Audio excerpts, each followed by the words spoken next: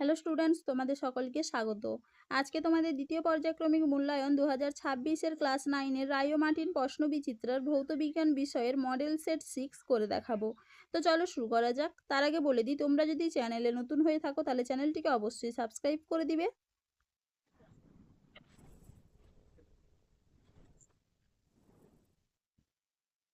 প্রথমে দেখে নিই গ্রুপ এ। নিচের প্রশ্নগুলির সঠিক উত্তরটি নির্বাচন করো।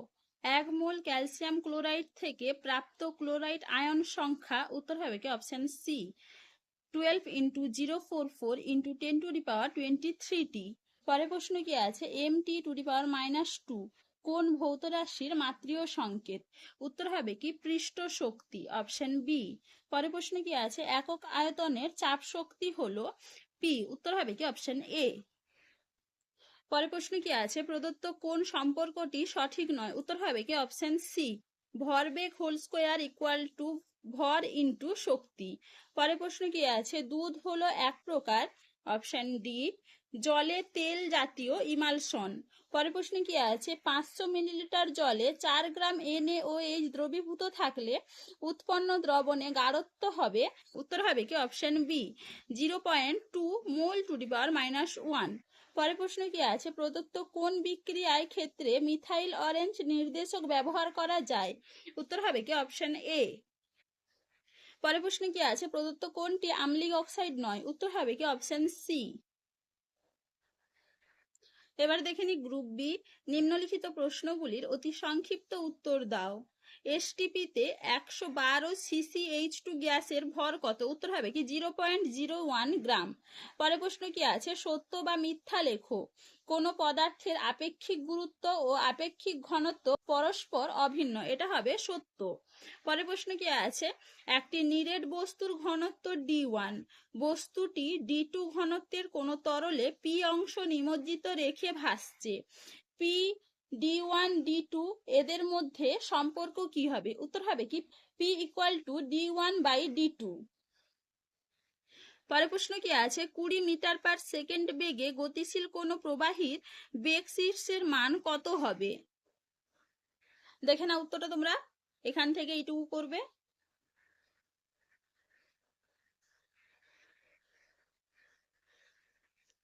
পরের প্রশ্ন কি আছে, একটি বস্তুর ভর ও বেগ উভয়েই পূর্বের দ্বিগুণ করা হলে বস্তুটির গতিশক্তি কতটা বৃদ্ধি পাবে? উত্তর হবে কি 8 গুণ।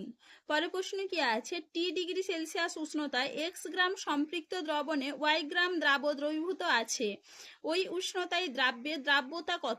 100y/x - y। পরের প্রশ্ন কি আছে, ABC তিনটি দ্রবণের pH এর মান যথাক্রমে 6.1, 10.9 এবং 4.8। দ্রবণ তিনটিকে আম্লিকতার ঊর্ধ্বক্রমে সাজাও। দেখে না উত্তরটা তোমরা। এবারে দেখে নি গ্রুপ সি। নিম্নলিখিত প্রশ্নগুলির উত্তর দাও। জলের ফোঁটা গোলাকার হয় কেন? তোমাদের 1 নম্বর মডেল সেটে আছে, সেখান থেকে তোমরা একটু দেখে নিবে। পরের প্রশ্ন কি আছে, তামার ইয়ং গুণাঙ্ক 1.26 × 10⁻12 ডাইন পার সেমি স্কোয়ার বলতে কি বোঝায়? দেখে নাও উত্তরটা তোমরা এখান থেকে লিখবে, ভালো করে একটু দেখে নাও এইটুকু।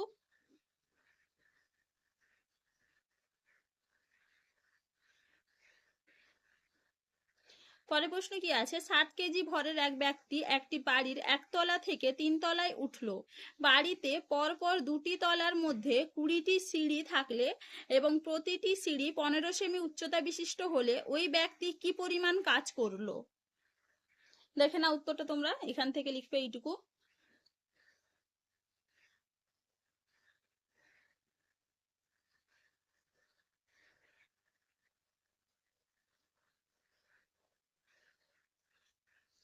পরের প্রশ্ন কি আছে, 1 মোল ও এবং 1 মোল O2 এর মধ্যে পার্থক্য বুঝিয়ে লেখো।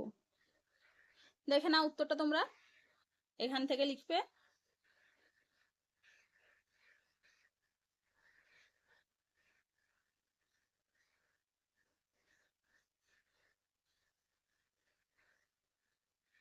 এইটুকু।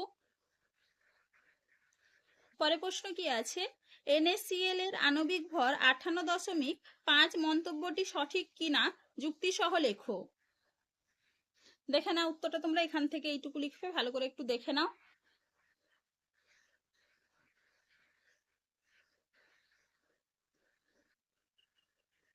পরে প্রশ্ন কি আছে, সোডা ওয়াটারের বোতল খোলা হলে ফেনা উৎপন্ন হয় কেন?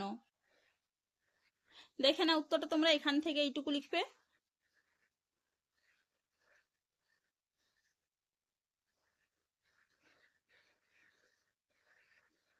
পরে প্রশ্ন কি আছে, তামার সঙ্গে গাঢ় সালফিউরিক অ্যাসিডের বিক্রিয়া ঘটালে কি ঘটে, সমীকরণ সহ লেখো। দেখে না উত্তরটা তোমরা, কপার সালফেট ও সালফার ডাই অক্সাইড গ্যাস এবং জল উৎপন্ন হয়। সংকেতটা দেখে নাও।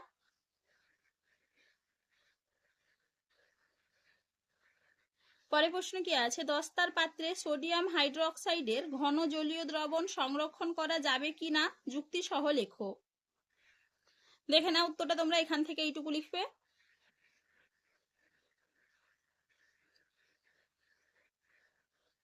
চলো আজকে এইটুকুই, দেখা হচ্ছে পরের ভিডিওতে। ভিডিওটি ভালো লাগলে লাইক করে দিবে এবং চ্যানেলটিকে অবশ্যই সাবস্ক্রাইব করে দিবে।